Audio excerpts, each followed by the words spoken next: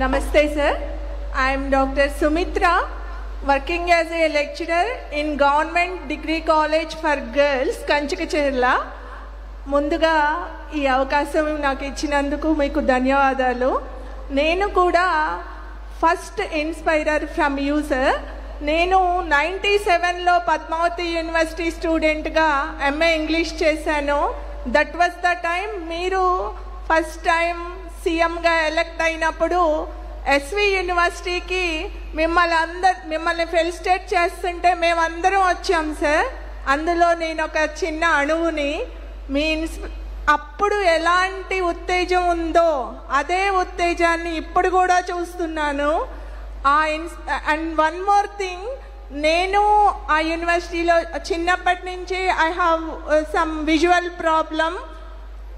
వాటన్నిటినీ దాటటానికి మీలాంటి వ్యక్తుల ఇన్స్పిరేషన్తోనే I did my PG and I completed my PhD. Now I'm a assistant professor. ఈ కంచకచర్ల కాలేజ్ గర్ల్స్లో నేను వర్క్ చేస్తున్నప్పుడు డిగ్రీ కాలేజ్ స్టూడెంట్స్తో ఎక్కువగా నేను గమనించిన విషయం ఏంటంటే పాలసీ ఫర్ హెల్త్ సార్. ఎక్కువ డిగ్రీ స్థాయికి వచ్చినా కానీ ఆ పిల్లలు హాస్టల్లో ఉంటారు. నేను కూడా వాళ్ళతోనే ఉంటుంటాను వారానికి 5 days. హెల్త్ ఇష్యూస్ గమనించాను సార్.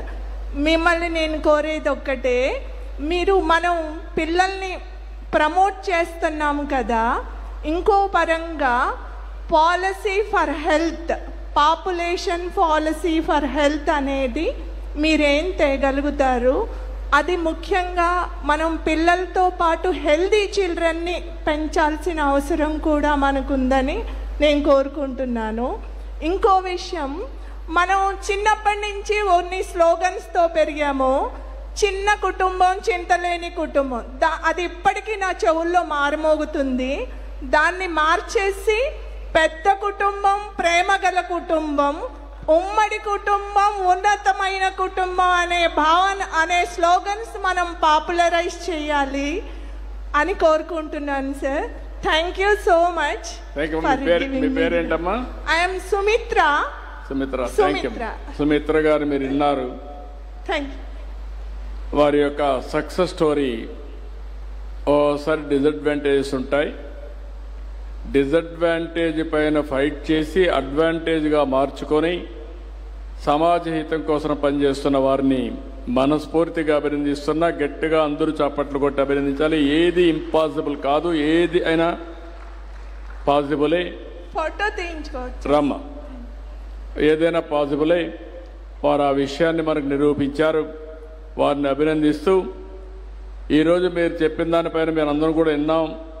మీ సమస్యలన్నీ గైడ్ చేయి, సమస్యలన్నీ కూడా చూశారు. నేను మిమ్మల్ని అందరినీ రిక్వెస్ట్ చేసేది, ఇది ప్రారంభం మాత్రం. ఇంకా దీన్ని మనం లాజికల్గా తీసుకుపోవాల్సిన అవసరం ఉంది. గౌస్య, మీరు స్టూడెంట్ ఉన్నారా? ఇక్కడ పిలుస్తాను. ఇక్కడ ఉన్నారా? ఇక్కడ డ్రామా ప్లేస్ కమ్ వస్తా. చూస్తే డిజేబిలిటీని ఎబిలిటీ కింద మార్చుకొని ఆవిడ ఇచ్చిన లెక్చర్స్ కానీ అవన్నీ చూసి వాళ్ళ స్టూడెంట్స్ ఇక్కడ ఉంటే, మీరు ఎక్కడ పోలీసులో పనిచేస్తారమ్మా? ఏంగా పనిచేస్తామా? ఇక్కడ ఏంగా పనిచేస్తున్నా?